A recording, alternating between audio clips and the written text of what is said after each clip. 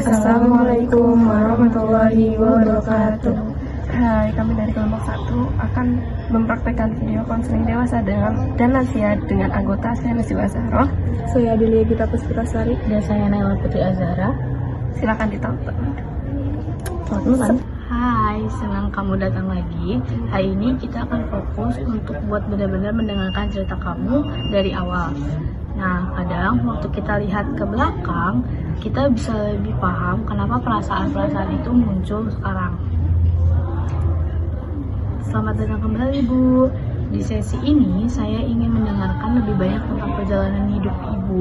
Kita akan coba pahami cerita ke masa lalu dan bagaimana itu terasa sampai sekarang. Nah, aku penasaran nih kalau kamu ingat-ingat lagi, kapan pertama kali kamu ngerasa harus selalu jadi orang yang terbaik? Jadi mungkin sejak SD ya, Bu. Kakak-kakak aku tuh semuanya tuh pintar. Nah, aku tuh anak terakhir. Jadi kayak harus buktiin kalau aku tuh juga bisa gitu. Jadi dari kecil kamu udah ngerasa harus bersaing ya, harus nunjukin kalau kamu tuh layak buat dibanggain. Ya, Bu, jadi kalau nilainya aku jelek tuh aku jadi ngerasa takut buat dimarahin gitu. Biasanya kan kayak gitu. Jadi kalau bagus baru bilang kayak lumayan gitu, terus aku baru bilang ke orang tua, baru berani. Oke, baik. Itu pasti berat banget ya kalau buat anak kecil dirasai dengan tumbuh dengan rasa takut gagal, terus apa gitu bukan rasa yang aman. Ya, jadi sekarang pun masih ke bawah sih, kayak skripsi rasanya kayak ujian terakhir buat buktiin kalau aku nggak ngecewain gitu. Oke, baik. Kamu tuh udah berjuang dari dulu dan itu nggak harus dibuktikan lewat skripsi. Nilai kamu nggak cuma soal akademik, tapi juga soal ketahanan dan keberanian kamu. Sekarang kita dengar dari cerita ibu ya. Saya penasaran nih, waktu ibu masih muda, apa yang paling mempengaruhi cara ibu untuk melihat diri ibu sendiri? Baik, waktu saya masih muda ya, jadi saya itu anak bungsu ya kebetulan. Terus kakak-kakak saya itu semuanya tuh keras gitu. Nah, lalu itu apa namanya? Saya sering dianggap manja, nggak bisa ngapa-ngapain gitu. Jadi sejak kecil, ibu itu merasa harus membuktikan bahwa ibu juga mampu, bukan cuma anak kecil yang bisa ditinggal. Jadi saya itu harus membuktikan kepada semua orang gitu loh, kepada keluarga saya kalau saya itu mampu gitu. Nah, jadi saya itu kayak pengen dihormati juga, karena saya juga punya hak juga kan. Tapi setelah pensiun, saya merasa kosong lagi gitu. Sebelumnya kan saya dihormati karena saya itu guru gitu ya, tapi setelah pensiun jadi saya kayak pengen terus dihormati lagi juga, terasa kosong gitu loh. Itu sangat masuk akal ya, Bu. Kalau peran yang dulu bikin ibu merasa dihargai hilang, wajar aja kalau muncul rasa kehilangan.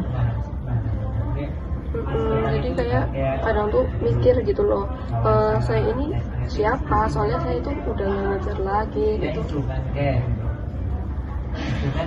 Kadang ibu tuh tetap ibu, orang yang punya pengalaman, kebijaksanaan, dan hati yang besar. Peran itu boleh berubah, tapi nilai ibu tuh masih tetap ada. Jadi ya Mbak, kalau misalkan saya rangkum, kamu itu anak semester akhir, mahasiswa semester akhir, itu anak yang terakhir, terus perfeksionis, dan sekarang lagi mengerjakan skripsi sambil merasa tertekan karena belum lulus, betul? Iya, betul. Kalau kamu lihat ke belakang, kamu itu tumbuh dengan banyak tuntutan ya, tapi kamu juga punya kekuatan, kamu tetap bertahan meski rasanya itu berat. Iya, jadi aku tuh cuma pengen dengar doang sih, Bu. Jadi bukan karena disuruh sekolah. Oke. Kamu berhak didengar, kamu berhak punya waktu untuk diri kamu sendiri tanpa harus terus-teruskan dibandingkan dengan kakak-kakak kamu ataupun orang lain. Oke, kalau dari ibu yang saya rangkum, biar kita sama-sama paham dan bisa lanjut ke langkah berikutnya, ibu pensiunan guru, anak terakhir juga, dan itu ibu tumbuh dengan rasa ingin membuktikan diri dan sekarang merasa kehilangan makna setelah pensiun, betul?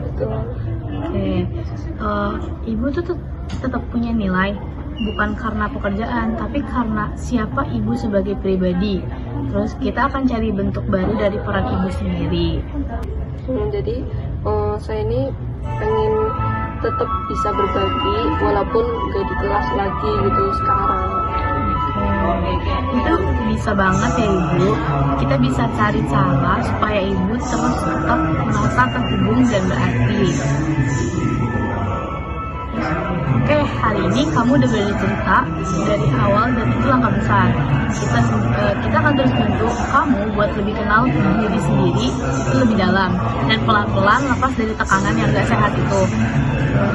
Kalau untuk ibu tuh udah mulai buka cerita lama yang selama ini ibu pendam. Kita akan lanjut dengan mencari cara agar supaya ibu tetap merasa berarti meski perannya sekarang berbeda. Pasti telah hadir dalam sesi konseling kali ini. Selamat siang.